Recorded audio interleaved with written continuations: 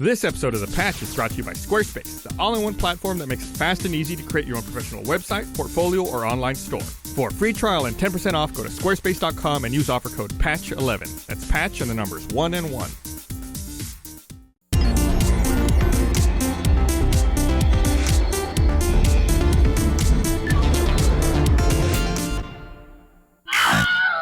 The Patch. James. Hey. Welcome to... Flip. I always forget that. You're really good about that. That's, I got my eye on the prize. He's the smart one. Welcome to The Patch. I this replaced week, the pretty one this Gus, Burnie, Ryan, and Gus. You did it. It landed. Good job. So Good job, Control Room. So happy with yourself. Welcome back. Listen, before I catch any shit in the comments, I just want to point out that neither of these two guys is Ashley either. So that is true. Don't just blame me. You're the one pointing it out, man. Listen, I know what kind of grief I'm going to get.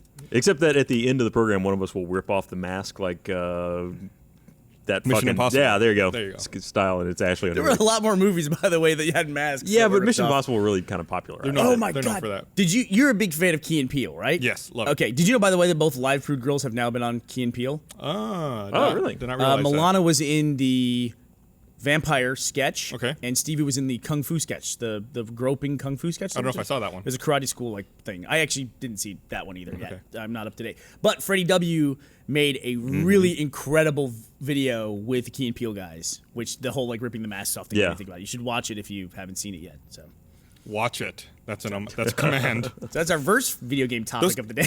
That show is really funny. Those guys have really come into their own, Key and Peele. We definitely need to... We talked about them last year on... I totally agree. RT Podcast for awards. This year we should definitely talk about that show some more before award season pops up. Are we gonna have awards for the patch? Huh. You just blew my mind. Can we just steal the video game section of the Sure. podcast awards? Yeah. It was All one- right. God, there was one section that I wanted to add to video games this year, and I forget what it was. I'll think of it and I'll come back to it. Best microtransaction? I think we need a category for best mod. For best mod. user-created All right. mod. Interesting. I mean, Because it's something that we've never talked about before, and it's getting to me to be bigger and bigger. it would be kind of hard to nail it down. I mean, aside from big things like DayZ, there's just so many of them out there. People doing it all the time. Right. I think it's something that we would have to have the users or the community help us kind of curate some of those things. We'll have to rely on a lot of our PC patch panelists.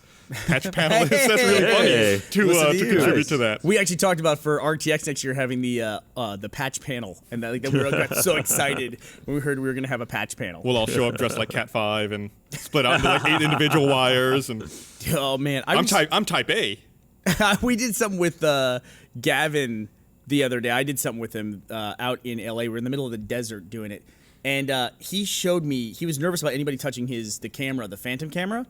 He showed me a cable that on one end is an RJ45, like a typical Ethernet connector, the plastic one. It's got that little plastic tab on it. He's so protective of that cable because if the plastic tab on that breaks off, it pretty much renders that cable useless, and it's an $800 cable. Cable's about this long, by the way, and it's $800 Wow. to replace it. Yeah, I guess it's not like Cat 5. You can't recrimp it. I was just wondering that. probably As I was could. saying I was that, I was thinking that wondering. too. Yeah. You have to be able to recrimp I'm it. It's sure, not yeah. like magic, right? Yeah, you just have to know what order the wires are, as long as it's, a standard order. Yeah. It's just I don't think it's something Gavin's ever done before. Yeah. Or it might be like so specific that it's this length, and when you cut off the impedance increases and you just fucked. yeah, or like Or it's like the wavelength hits it different, Yeah. or something bizarre happens. It goes twice as slow, which is incompatible with saving. Yeah. I wouldn't put it beyond it, man. It's a weird thing because the slow motion camera, you think about it in terms of it's slow motion, but it's actually super high speed. Yeah. Everything that camera does is, enormously fast frame rate, and it's like dumping a ton of data and all that stuff. And so it's a fun process to watch him do it. Yeah, it's either called slow-mo or high-speed photography, high-speed cinematography. But you always have to clarify too. Yeah. It's like when you talk about gauges of wire, like when you go up a gauge in wire, you're actually going down. Like It's a a thicker thinner- wire. A thicker wire at lower gauges. Yeah. Right, exactly. Right. And so it's like with shotguns too. It's like, anyway, you got to do that. You got to explain that to people when you're talking about it. It's like we're going a longer distance, so we need a lower gauge wire, but it's a higher. It's a gauge, thicker yeah. wire, yeah. Uh-huh. All right. It was fun. It was fun. It was really interesting to watch Gavin do that stuff because a lot of what he films, like for Battlefield, is explosions. And I know this isn't a video game topic, but it is a technical topic. And I had to ask Gavin, like, what do you do for exposing the image where when you have something on screen and you're exposing for that, and then it explodes, and you're exposing 10,000 frames in a second, you already need a ton of light for that. how do you like not make the beginning of the shot blown out or not make the explosion too dark? And he's amazing at it. He's great at what he does. It's weird seeing him actually be competent and know what he's doing. And then Dan is competent every now and then too. Yeah, that Battlefield video when he was explaining how grenades work, I was like, wow, you know your stuff.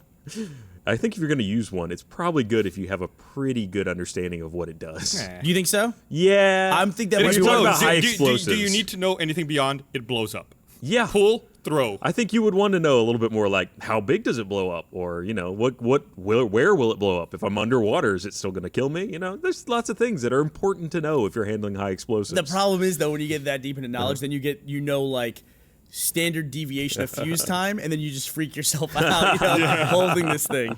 I know I totally would. Yeah, it's between 3 and 5 seconds. I hope it's more on the 5 and less on the 3. Good Lord. Holy hand grenade physics. All right. Video games. Video Can we games. segue to some hand grenade stuff? You guys, we all have PS4s? Yes. Well, here at work, yeah. Yeah, and you have I don't wanna PS4s. have So them. we all have PS4s, all got them on launch day. I was actually out in New York City for the PS4 launch, and one of the games that I've been playing is Blacklight. I am shitty with grenades in Blacklight. That's my segue into all this, is I'm terrible with that. Have you played any Blacklight at all? I played it on the Not played PC. I've Blacklight. not played on the PS4 yet. Okay.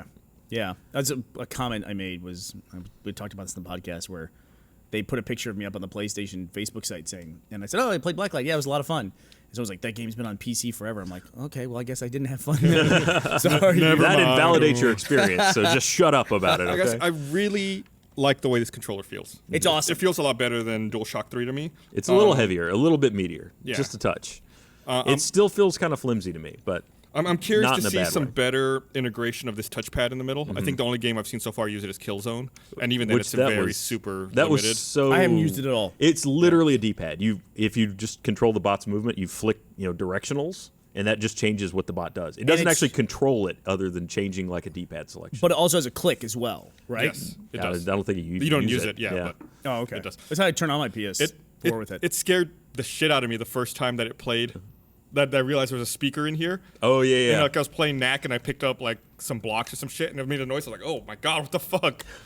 It's really weird. Yeah, I never read that feature at all. I Yeah. think I was playing Sound Shapes or something, and it dinged at me too. I guess. Okay. That's something that the Wii first introduced was the Wii, Right. The original The speaker Wii on controller. had speakers.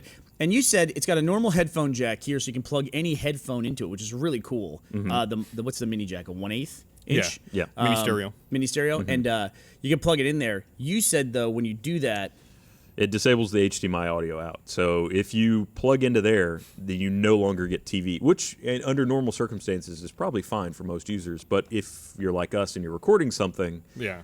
that's not good. So I mean, we still are set up anyway because we capture or we have our headphones streaming through the output anyway. But it's just kind of a weird feature. The other thing, and yeah, that speaker on there has kind of bugged me in a few cases because in Shadowfall, Killzone Shadowfall, the audio logs play back through the speaker, and there's no way to change that.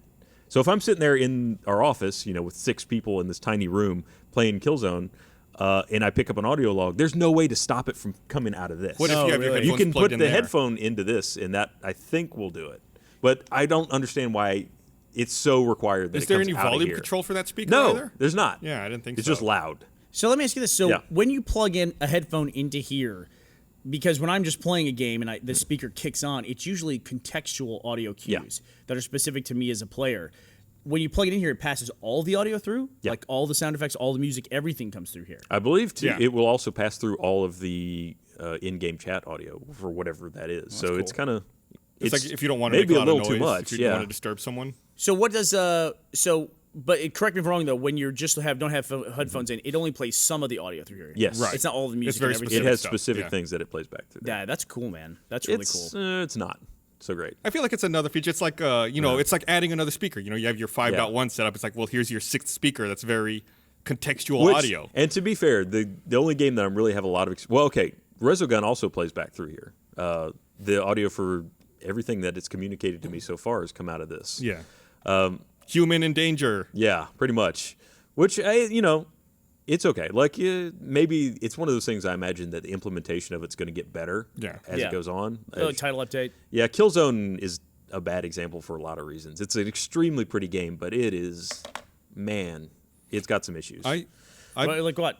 Well, I mean, honestly, in my playing through it, I feel like it's got some real level design issues. Like, it's just very easy to just wander around kind of lost and not very well directed to your objective. You can pop a little objective marker, and it stays up there for like 5 seconds and then goes away. And then you're just constantly popping this objective marker. I don't know. I feel like the level design. Killzone at the beginning of that exact criticism would apply to the BioShock Infinite DLC, the Burial at Sea. It's a circular level. Well, no, that's on. pretty small though. That's it is, tiny. but it's like when you're in that atrium where you're trying to like go that's in. True. You have to do these 3 objectives. Yeah, I'm just going in circles, like just trying to find out where to go next. And it again only has an objective marker that you hit it and it pops up for a second and goes away. Yeah, it is very similar. Though I think BioShock maybe did a better job of building a world that you could naturally progress through. I just followed Elizabeth. There you go. You can just do that too. Killzone was. I don't want to detract too much from all of the game. It's pretty. I mean, the PS4 next gen graphics, solid. I mean, I especially just like kind of freaking out on it over just little things like materials and shifting and specularity, things that were not necessarily as prevalent in previous generation consoles. Also, a lot less blocky. I mean, we got more polygons finally, so it's really pretty. But the rest of the game is kind of rough. I'm curious to see what AC4 looks like because they just rolled out the 1080p That's right. patch for it. Because previously it was running at 720p and being upscaled by hardware. So now I'm curious to see what it looks like with the full 1080p experience.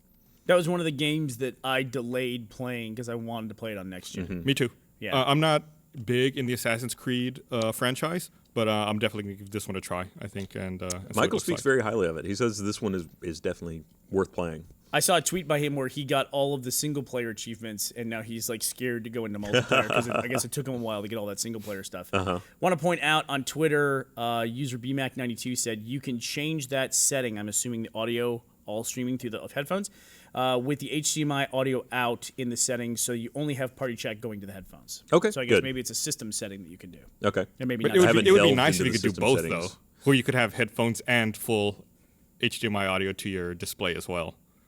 Could be in there. I need to delve further into the settings, but I feel like the interface and the dashboard is for the PS4 was similar but pretty different from the PS3. Like the PS3, I knew where all my stuff was, and now on the PS4, I'm like, wait, where am I going? It's like really? I'm having to relearn a couple of things. I think what they call the cross media bar on the PS3. I think this one is way neater than that one. I mean, the previous generation of it, when you'd scroll across everything, it's like you had all those like vertical options, and they just like seemed like tons tons of stuff. I just was used to where everything was, true. And it's just like having to relearn and look for stuff. Like when I downloaded like Resogun and Contrast, I was like, where are my download meters? Like, where can I see the progress on these downloads? And I found it. It's not hard to find. It's just relearning and trying to find it.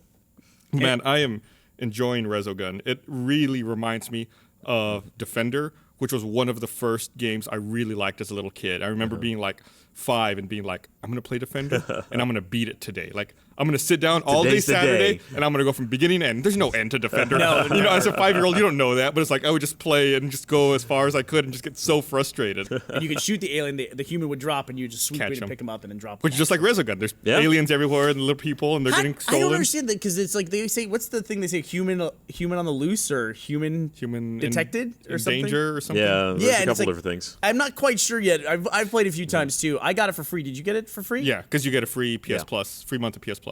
So is that what it with is? the console? Yeah. Yeah. So I'm PS Plus. So I got for free Contrast.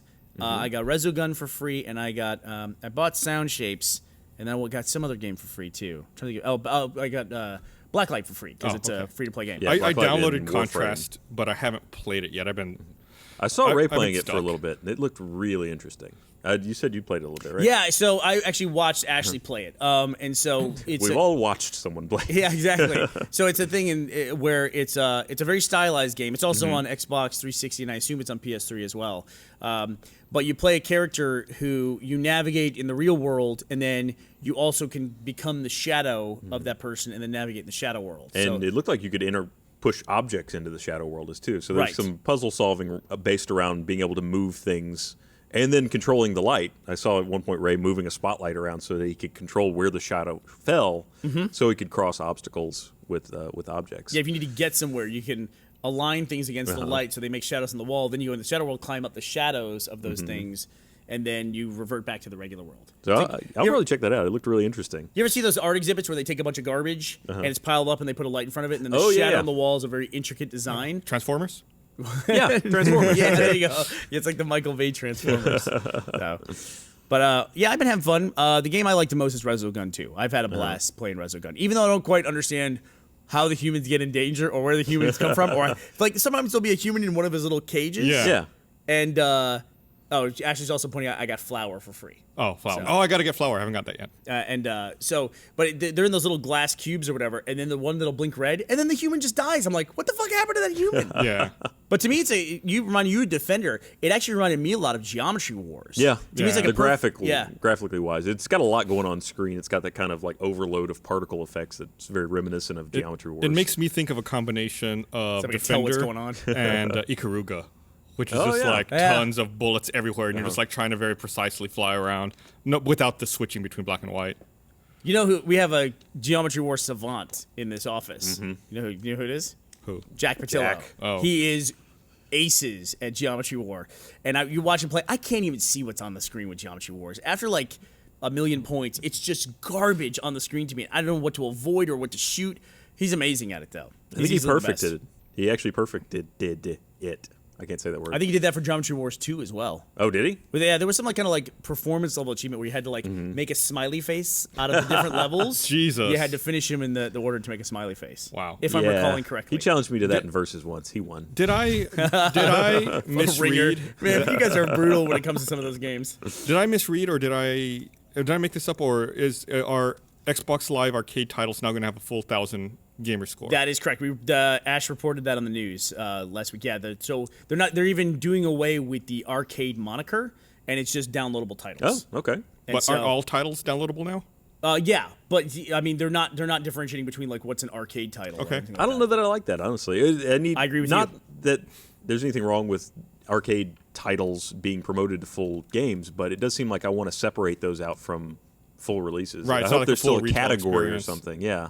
It's not, a huge Yeah. AAA blockbuster game. Maybe there is still some kind of category. Just like when you watch a movie, Yeah. like indie movies are at the weirdo theater. It's not like in the big theater with all the blockbusters. Like even know what you're with, getting when with you go movies, there. it's segregated. Yeah. It's like, yeah, we're gonna go to the theater that smells like weed and watch some French film. So Jack is confirming he does indeed have 100% of the achievements in Geometry Wars 2 as well. I'm sure. Yeah. Scumbag. Some of the other stuff that got announced, you were at the PS4 launch. There were some big announcements right before the PS4 launch, including the Destiny beta is going to be first on PlayStation 3 and PlayStation 4. Really? That's interesting. Okay. I'm going to go through these real fast, and then we'll go back Is that and a talk. surprise? Okay, go ahead. So there's that. I'm going to sneeze. Oh, God, don't look at me. Naughty Dog announced that they're working on Uncharted 4. Okay. And The Last of Us DLC had a trailer. What a surprise. They're working on Uncharted 4. Who would have thought that was going to happen? Well, it's funny, or not funny. It's strange that they announce it now while they're still working on Last of Us DLC.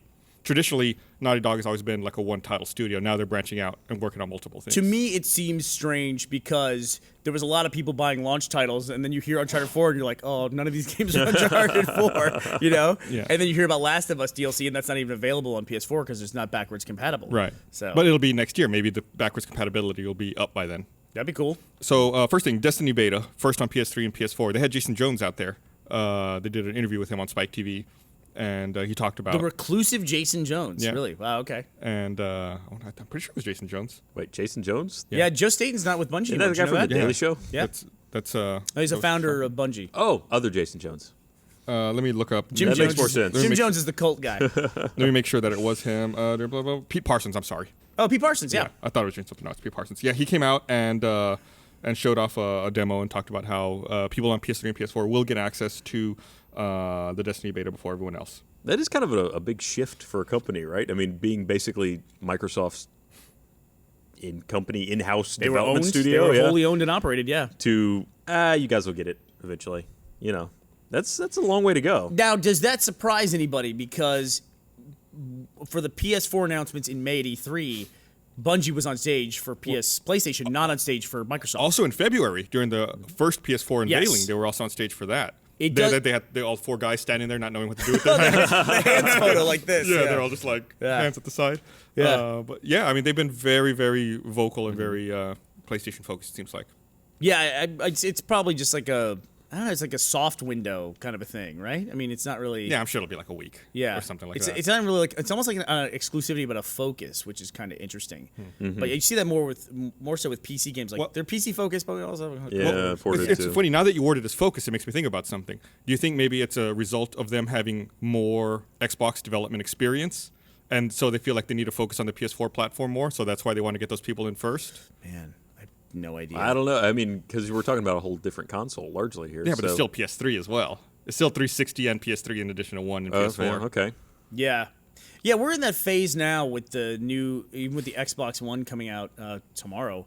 We're in that phase where you look at these games and we're talking about something like Destiny, and like it has kind of a pseudo exclusivity to one of the platforms. But really, the thing that strikes me more than anything else when we're in this stage is like, I wish there were more generational exclusives. I feel like all the titles that were available on PS4, I played Resogun, I played Contrast, I played Sound Shapes, great game by the way, haven't talked about that yet, and I played Blacklight, really because aside from Killzone, I didn't personally feel like there was anything that was exclusive to this generation, like a next-gen title. There's a handful of them, like Knack was, as well, but it always feels like, even going back to the 360 and the PS3 launch, you just wish there was more stuff. It's like you can only get this on the next-gen stuff. But who's going to do that? PS4 sold 1 million units in 24 hours. You don't want to cap your game at 1 million possible units sold. Right, and we know the 360 and the PS3 both have over 80 million units in the wild. Yeah. So it's like, of course you're going to do that. Of course you're going to do it. Of course you are. So it'll be,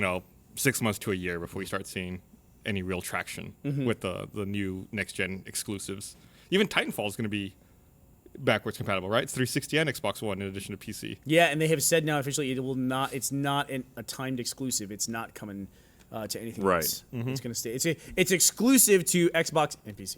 That's the new thing now, right? Where it's like it's exclusive, but everything kind of includes. I saw some marketing like that for DC Universe Online as well, where it's like PlayStation exclusive, also on PC. I think it was like on a sign. Wasn't it? It said that. It said also on PC. God, it's just funny how that is. That now. word exclusive, I don't think it means what you think it means. Let me read this thing here before we continue any further.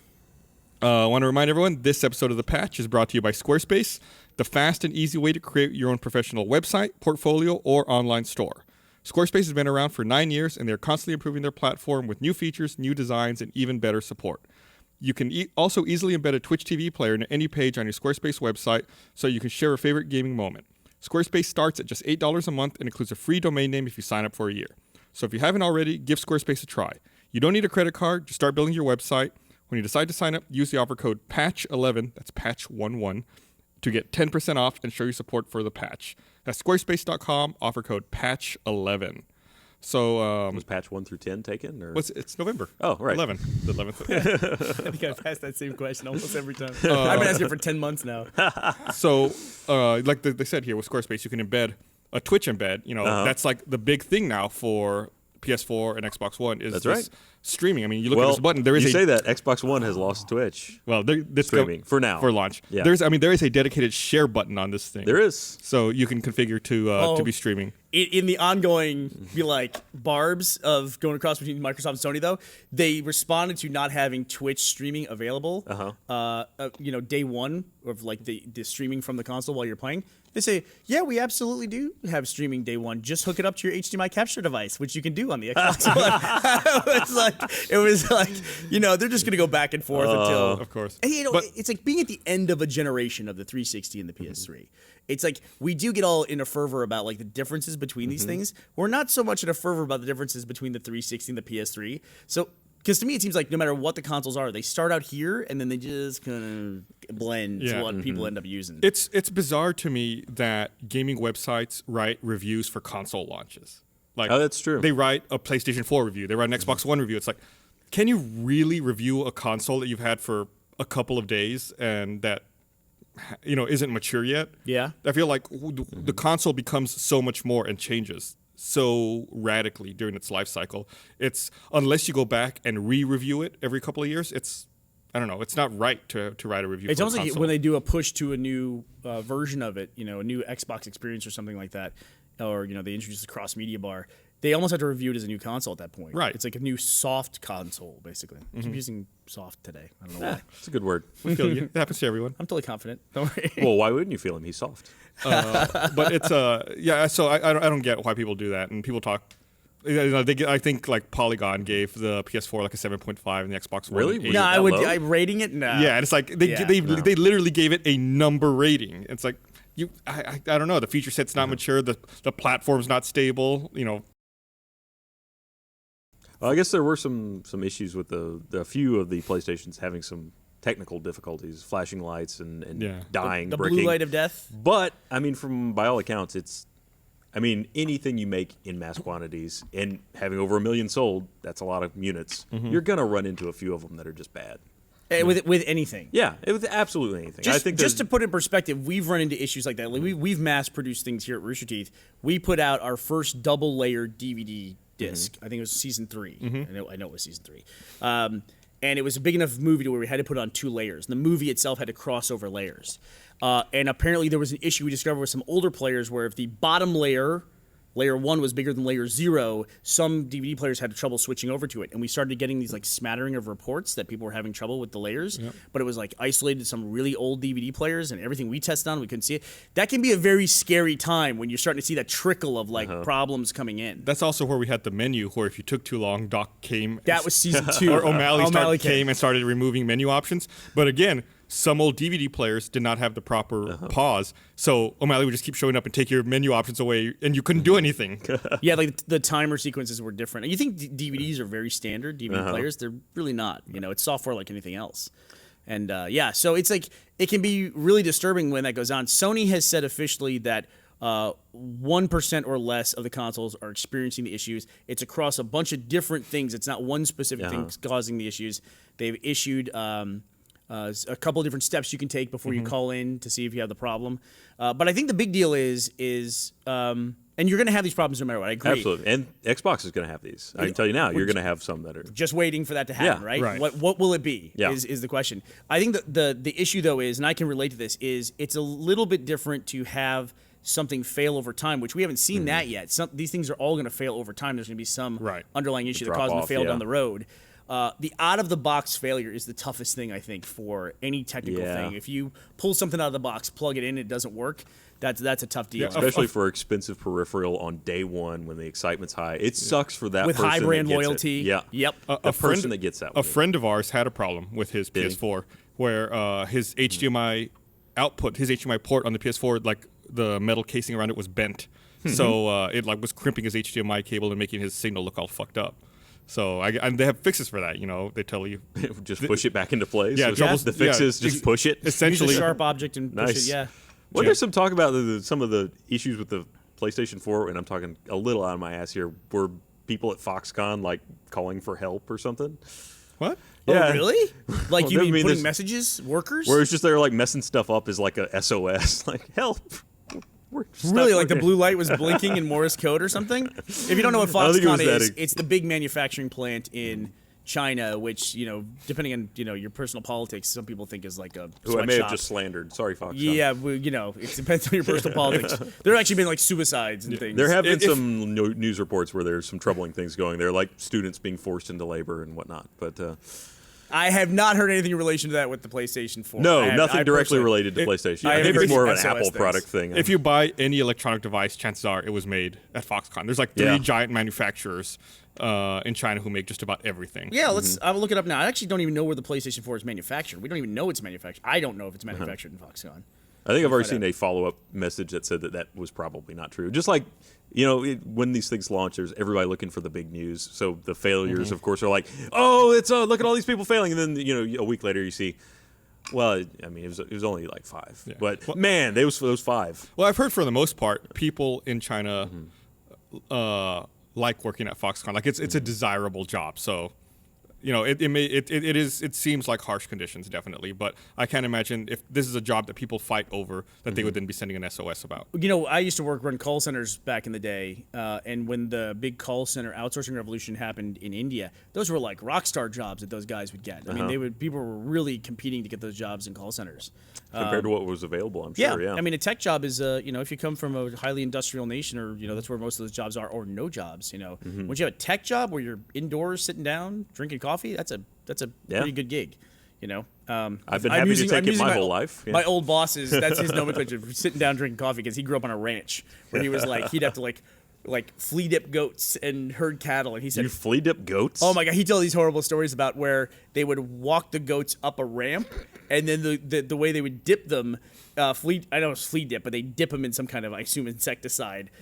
Is they go up a ramp, and then the ramp would just drop off into a pool, and then the goats would swim across this pool of the dip, and then there was a bar, so they had to dunk their heads under to get out. And his job was to stand up there and, when the goats would stall, push them into the. You'd love this, pushing them into a hole, pushing the goats, and he'd push him in. When he was a kid, he's 9, and he would occasionally fall in the dip himself, and he'd come out all miserable and spitting this stuff out. On the upside, no fleas. On the upside, no fleas that we know of. He was flea free. That sounds like something you do in the new Farm Simulator, now out on Xbox. That's right. So you gonna achievement race Ray on Farm Simulator?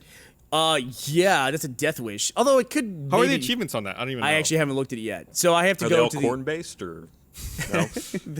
The achievements are 98% ethanol. I have to go to Times Square for the Xbox One launch. You guys are doing this cool thing here in Austin. Mm-hmm. You're going to the Microsoft store and doing the present. Can I say this? I don't know. Okay. We're going to the midnight launch for the Xbox We're going to midnight One. launch. We're going to. There has been. It's in the press materials for okay. the Microsoft store. Okay. About the presentation of the. That there's a presentation going on for. Our cool thing, things. Which may have benefited. Now you're making me nervous, so I'm not going to say it What either. did you read? You're the one who's read it. No, I'm not going to say anymore. God damn it. You made me nervous. Are you happy? We're going to be presenting the check for the Extra Life. We're going to be presenting that. Jack will be presenting it at the event tomorrow. Yes. So it'll be really cool. How much will you give me if I try to finagle a way to personally get the check and then present it on my behalf instead of Jack? Jack would probably choke you out. As much work as he did on that thing, man. He would probably choke you out. But, couple updates. So Spartan Assault is one of the games that is going to be on 360 as an arcade title and Xbox One as a downloadable title, not with the arcade moniker. It's 400 points of achievements, gamer score, on 360, but it's 1,000 points on Xbox One. I sure hope they didn't just pad that out with 600 points of nothing. I think it's just a multiplier.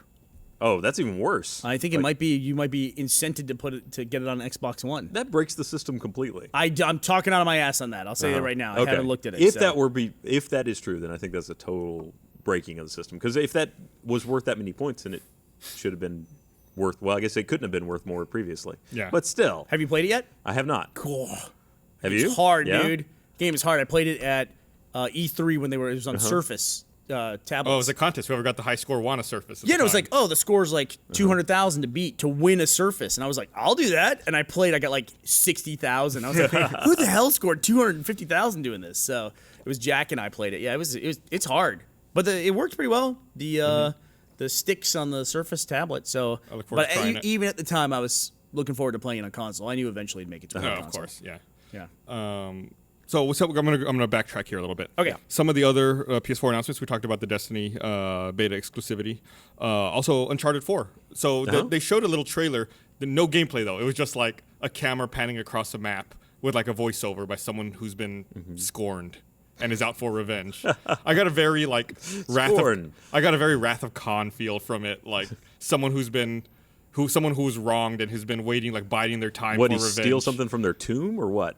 I don't know. No? Sully. That's what he does, right? He's gonna turn on you. So I'm really excited. Uncharted was easily, I think, my favorite series on the PS3.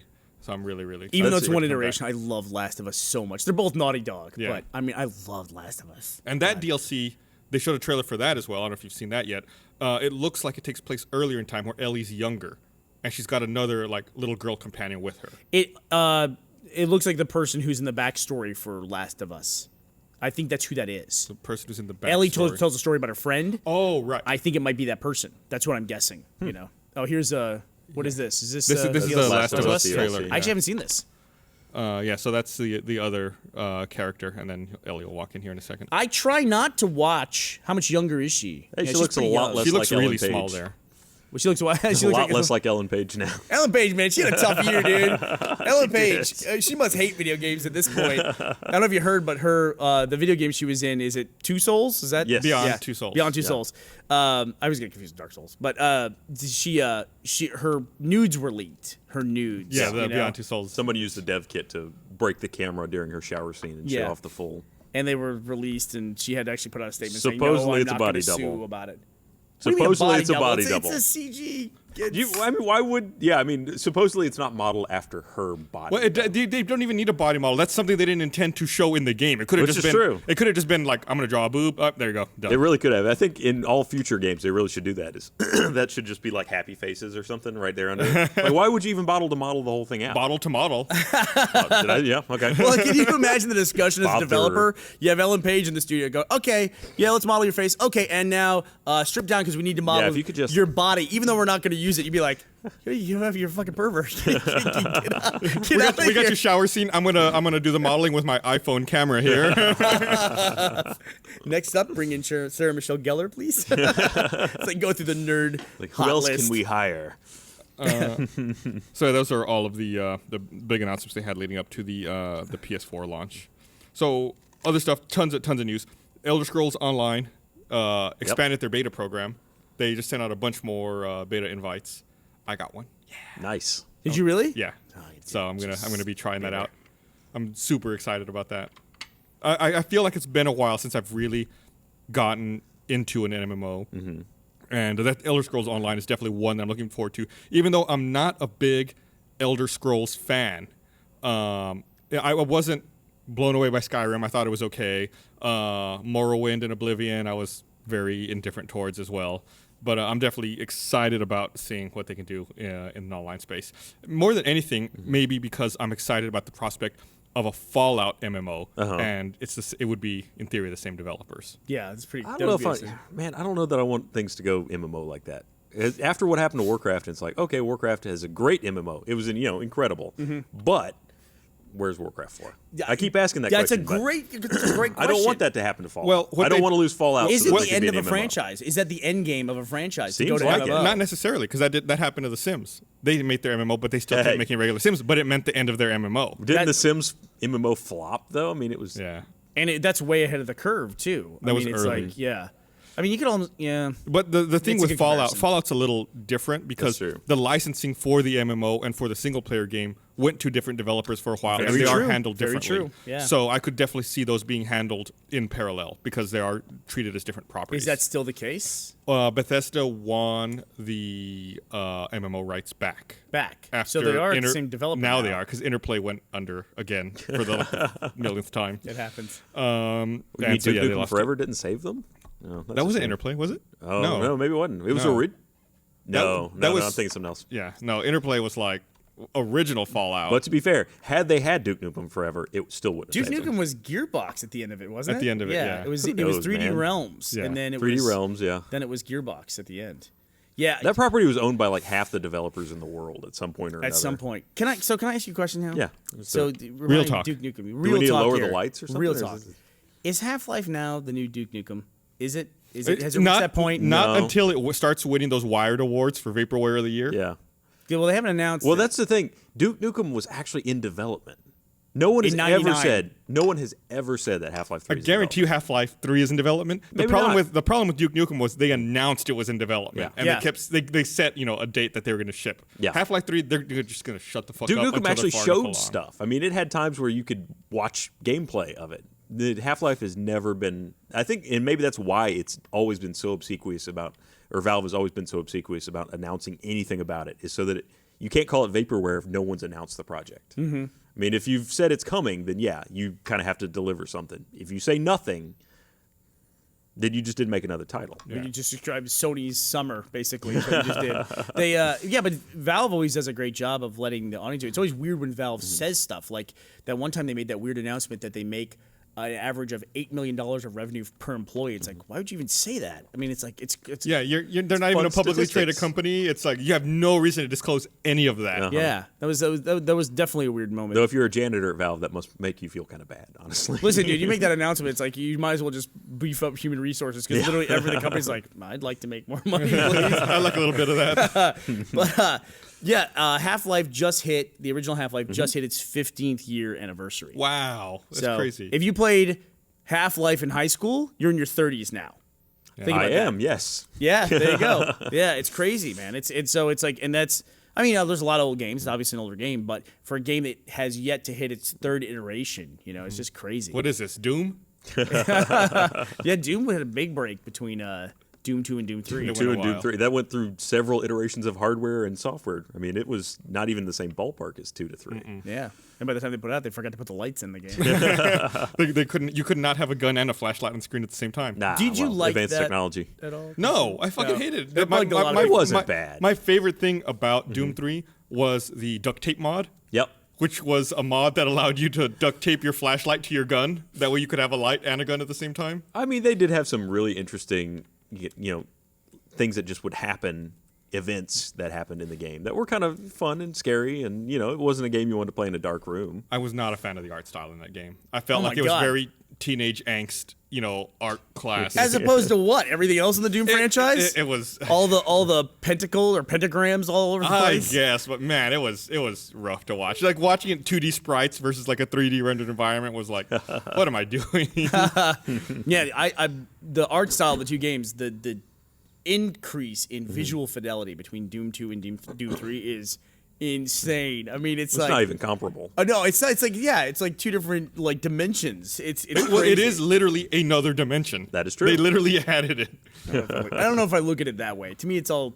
I know they call it 3D because you're operating in a 3D environment, but like even in the Doom days, I remember we'd make maps. You couldn't put anything over anything else. Right. Like even we had a second floor. The second floor had to go off this direction and fool you into thinking that it was above everything else, but they couldn't even have the layers that way. Yeah. It's almost like one dimensional in that case. Well, back then they used to refer to those games as like 2.5D because you were stuck on that one axis. Yeah. You couldn't even like look up and down. It was rough times, man. Yeah. Then they added what was the first 3D game you remember playing? 3D game. Because 3D means something else. Like we didn't put on glasses. Wolfenstein 3D. Wolfenstein No, 3D. that was very. Oh, you mean not? Or are you saying not like the 2.5D style, like Wolfenstein and Doom? I'm saying or when you like, classify as 3D. Yeah, so you're saying, Okay. you're saying Beyond Castle Wolfenstein. Is that what you're saying? No, like Wolfenstein 3D. Wolfenstein like, 3D, yeah. like we just played. Like we teased for Gauntlet. Yeah, That's Beyond Castle Wolfenstein, I Oh, is believe. it? I thought that was just. No, it's Wolfenstein 3D. Well, Castle Wolfenstein was like an Apple game where it was Yeah. like tuk tuk tuk. Right, and but an Wolfenstein outpass. 3D Yeah. is the first First-person 3D shooter, iteration yeah. of Is that what it. it's called? I Yeah. thought it was Yeah. Beyond, let me look up Beyond I Castle think Wolfenstein. there may have been a second, and then there was Return to Castle Wolfenstein, which was the later better looking one. I'm mixing them Fucking awesome up. Beyond That one Castle was really Wolfenstein fun. was a sequel on the Apple. That was the one where it had speech, which sounded like that passed as speech. Mein Leben. But that's a creepy thing. A guy screaming "My life" as you're shooting him to death. That's horrible. You ever play Rise of the Triad? Oh yeah, There was a bit in that game. they've where you remade that one too. by Yeah, the they way. just remade it, Yeah. right? Was it a Kickstarter thing? I don't think so. Where Maybe. There was guys in that you'd shoot them, Yeah. and they would fall to their knees and beg for their life. That was really too much for Fucking me. off them. Off those fools. You could, and you could choose to cap Absolutely, them. you So, just kick them right in the face. but my first one I remember was Descent. That was the game I associated Right. being a 3D game. Did that predate Wolfenstein? No, No. Wolfenstein 3D was probably was that- the. yeah. But I don't consider Wolfenstein to be like a 3D game. Okay, if A you're first talking about person, like yes. a true 3D Yeah. axis, then yeah, Definitely was Descent. probably- Descent was like mind blowing at the time because you could totally do like the 360 rotation and Yep. like, there was no up or down. It's so difficult to navigate, Yeah. even with that cool little map. They I would had. get such fucking headaches Yeah. playing that game. Oh, did you? Yeah, and my game, I had a 46SX 25 megahertz machine with Look at like you, rocking 4 it. megs of RAM. So it's like I had to Do you have a turbo button on that thing? No, there was no turbo button. I didn't have a DX. It was an SX. And I had to resize the screen. You could like change the resolution down, so it was like a tiny little stamp like this, so I could be able to play it all on the lowest settings. That's so awesome. Fucking terrible. Though I guess if you're considering Descent a first true 3D game, then probably Wing Commander predates that. Wing Commander. Yeah, And you I could guess. move around in 3 axes. There was nothing to see. I mean, you were in space. Well, you'll be very happy now to hear about Chris Roberts' statement He- about the Star Kickstarter Citizen? game. Yeah, how he's saying this is a PC game and we're not going to dumb it down for anything. How happy are you about that? He said he's not ruling out that it'll move to a console eventually, but he's not going to make it worse. He's not going to dumb it down for other platforms. I see the dumbest comment ever in the world. What do right you got? there. ZeniMax are developing Elder Scrolls Online. Meanwhile, Bethesda is developing Fallout 3. ZeniMax is Bethesda's parent company. Oh. It's just like a shell company. It is Bethesda. Someone who does not understand the difference between like Reporting the corporate structure, hierarchies. right? Yeah. But we were talking about MMOs and Kickstarter. Made me realize that someone just tweeted this to me right before we came on that Novus Eterno, which was an MMO RTS I saw at PAX last year, just has a Kickstarter up that they just launched. Oh, really? Yeah. So I guess, and they just released some alpha or some beta gameplay footage. I think it might have been today. I watched the video. That art looks very Sins of a Solar Empire. Really, really awesome. I'm really excited about that. So it's an RTS. So it's like spaceships. Yep. So it's like space combat, like Eve, except you can land on planets got and some mine video. resources. That looks like Homeworld to me. It does look very homeworldy. And everyone. What's the Kickstarter planet? So it's like if you want to, you can be someone who doesn't even ever experience combat. You could be just like a type of player who just like you mine or you collect. So you can play resources Minecraft. itself. Right. I'm then embarrassed to admit how appealing that is. Right. So it's like if you have a big guild, you have people who are fighters and they defend you, and you like claim planets and you gather the resources, and then you could have someone who's just like in charge of the factories and they build all of the ships and the upgrades for everyone else. So you mean I can have a video game where I get to play a foreman? Yeah. You could make it into the management chain. Man. Wow, that's awesome. How are promotions handled? Is there a 401k? Listen, I was never more excited than when I first played Battlefield 1942. And by the way, I was heard the other day. I heard the Pirates of the Caribbean theme. It sounds just like the Battlefield 1942 theme. You got to go listen to the two back to back. I got to listen to that. Yeah, you got to listen to it. You got to listen to them back to back. It's crazy. But Battlefield 1942, when they introduced that engineer class where you could fix people's tanks, I was like, this is the greatest thing ever. I was so happy about it. I have no idea why. Even when I play Battlefield 4, role. I do that. I'll ride as an engineer and I'll just get in a tank or like an armored personnel carrier and I'll just sit there and I'll wait until it gets low on health and I'll like jump out and fix it and then just like jump right back in. And you sit there with your wrench going, I'm a hero. Yeah, I'll watch the battle through a little window. It's like I see everyone fighting like, oh, that looks rough out there. Let me jump out. Let me fix that. It's one of my favorite things about Team Fortress 2. I love the engineer where he just like hits everything with a wrench. That's how he fixes everything. He just belts it with a wrench. He builds things faster by hitting it with a wrench. It's a little technical tap. Which, by the way, yes, if you hit stuff with a wrench, it does build it faster. I don't care what anybody says. Absolutely. If you're No building, questions. If you're building a dispenser and you hit it with your wrench, it goes faster. Last time I was building a turret, I just whacked it with a wrench It's and not it just went right up. It's not a placebo. It actually does work. You want to, since we talked about manufacturing, got confirmation that PlayStation 4s are definitely built at Foxconn. Okay. Did you guys read about the cost of building a PlayStation 4? Yeah, it was really close to it was like $18 less than what they sell it for. Yeah, $381 to manufacture a PlayStation 4. So they're still operating at a loss then. I mean, Right. if you're was that including cost to ship to store and packaging? No, I think it's just build materials. Yeah. Okay. So it's still a slight loss. But look at that compared to the PS3, which They do factor in cost of assembly, though. They do. Okay. Yeah. the PS3 lost a significant amount of money at launch, and I think it was a large part due to Blu-ray drives at the time being so expensive. But that was Sony technology, wasn't it?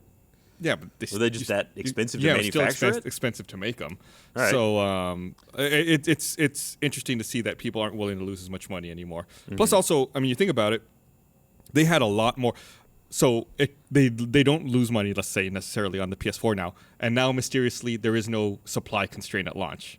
It's like they sold 1 million of them in 24 hours, whereas true. the PS3 they were losing $200 each. Those things were impossible to find. Yeah. You know, you make a few of them and people will get them, but you make it a lot more scarce. You don't want to ramp up production because you're just losing money every time you ship one out. You probably So couldn't afford to, yeah. Right, I like this model a lot more, where they're not losing money constantly on it, and the supply is there and readily available. Trickling out.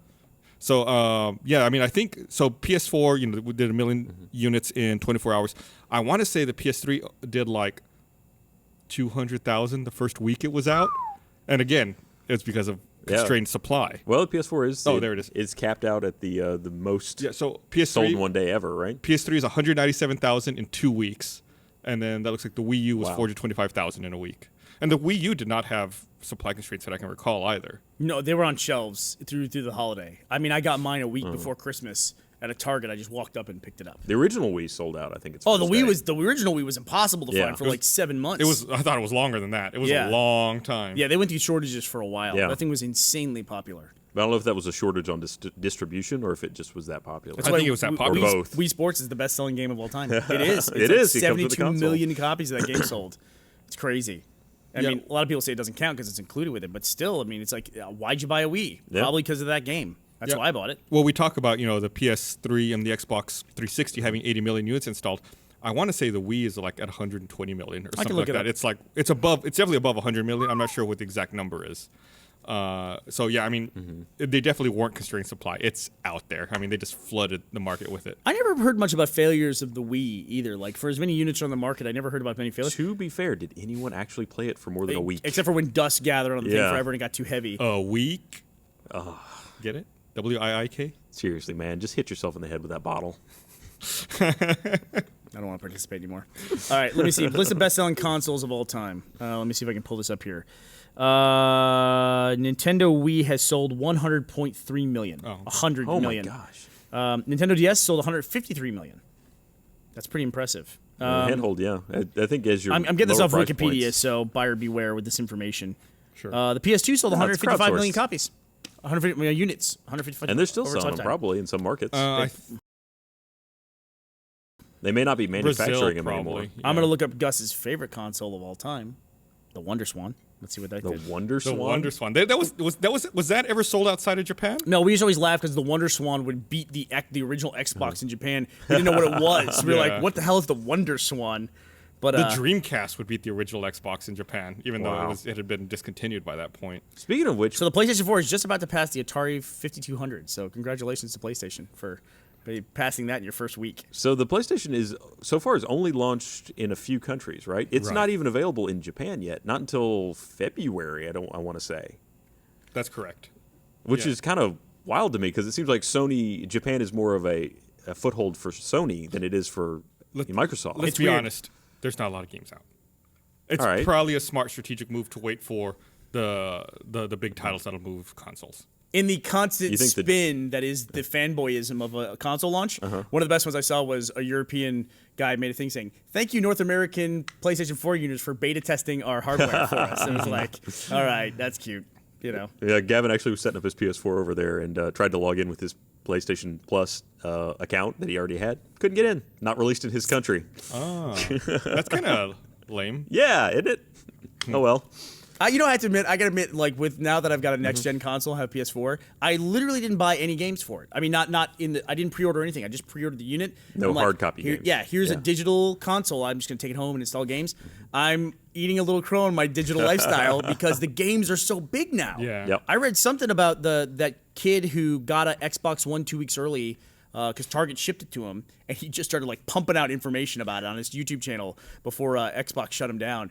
And I think one of the games was 45 gigs. Yeah. Yeah, I guess I didn't draw out the line. I never imagined the titles would get above 20 gigs for a gaming What's title. the cap on a Blu-ray? 50. 50? Okay. I think it's 50 or 60 gigs. That, by the way, that was NBA 2K14. Really? Yeah, it was enormous. We figure they could have a lot of individual models for each of the players. That's true. So it's got to be like a lot of very distinct like polygons. Dude, I'm sure it's 45 gigs, crazy. you should have players in the box, like little They, dudes they, jump out. they essentially do. They'll scrimmage for you. But once we get fiber here, it's not going to be an issue.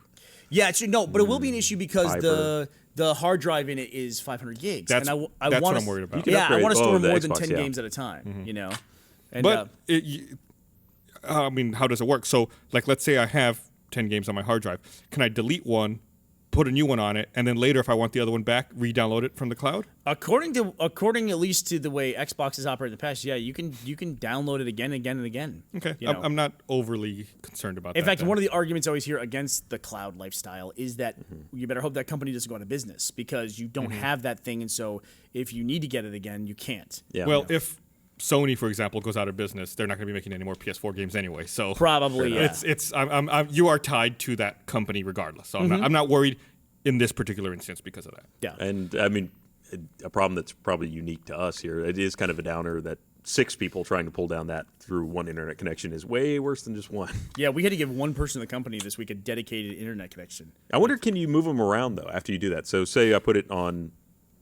Does Sony support any sort of external So one of the USB first storage? episodes of the patch, Yes. we showed the PS3's Yeah, version okay. of DRM, which is you can put it on 2 devices. It's almost like the Apple iPod version. Well, not licensing. Can I just physically move the install? Like on an Xbox, I no. can put the install files onto an external USB and just move it from machine to I machine. believe, and I'm going off the top of my head. How is that on DRM? I don't Am I think confused here? there is As external. long as your Xbox Live profile has the same game, you could still play it. No, no. Sony's was directly tied to units. Like you could put it on 2 units and that's it. Okay. It didn't check against your account. It wasn't an online Gotcha. check, but it said this can go on 2 units and then that's it. Okay. Kind of the way an iPod works. Like I can associate with iTunes like 5 iPhones and then I'm done and that's it. And I don't have to like log on to the iTunes network to verify to play a song. It's just tied to that, and I can deactivate devices. Whereas the 360, the Xbox version of DRM, is that it makes you check in online. Right. So We're down the rabbit hole of DRM again. the PS4 does not support external USB hard drives. So Yes. you can't. I guess it wouldn't matter if based on how that licensing works. Then I couldn't move things around. We do that with Steam all the time, where you just download it once and then you can back it up and move it to other. Offline storage, essentially. Right. But they have to have the game in their library to be able to play it and install it. But at least you can move the files around, only download it once. Right. Which is I like that feature. But again, this is stuff that probably really only affects us here. Well, like, let's go to get off this topic and go back to it. Like you were saying at the top of the podcast that you didn't like the way the headphone jack works on the PS4.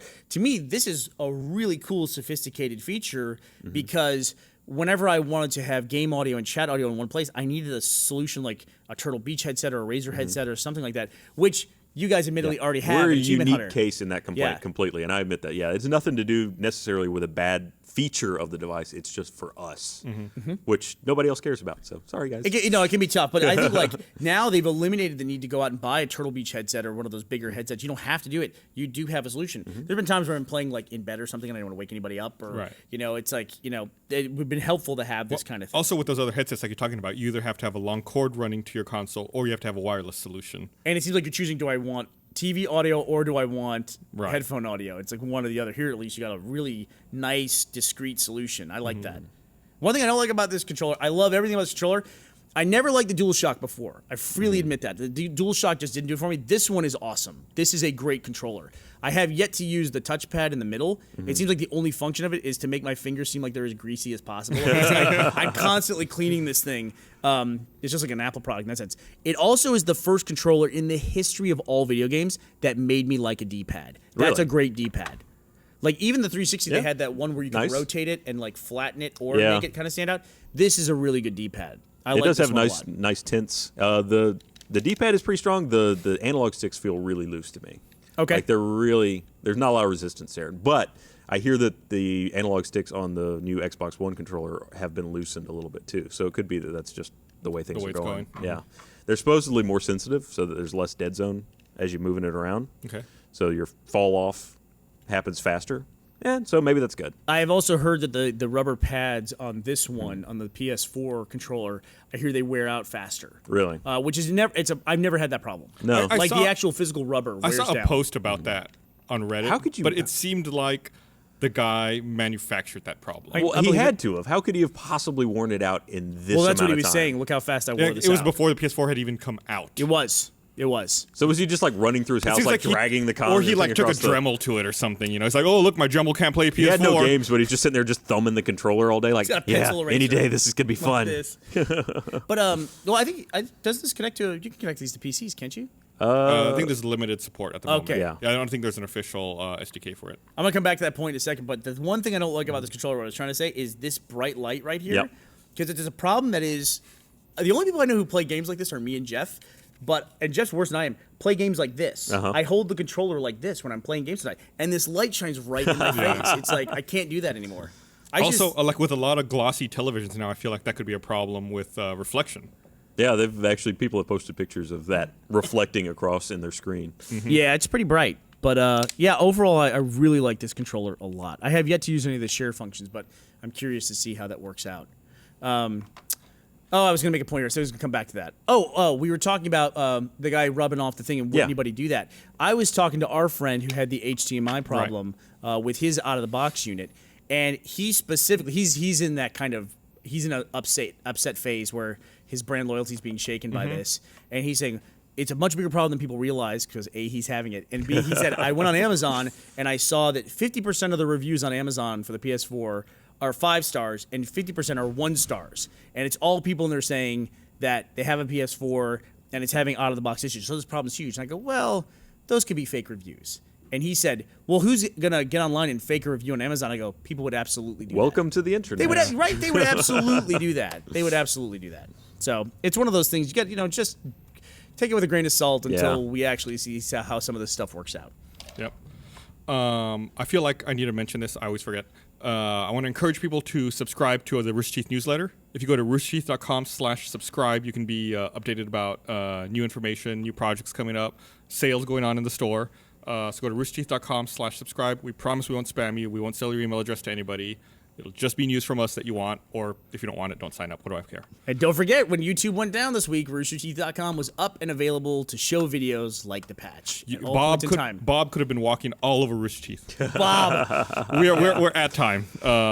So farewell, Sand. We've gone through the patch. So I want to thank everyone for watching. We'll be back on Monday with an episode of RT Podcast, and then again next Wednesday with another patch.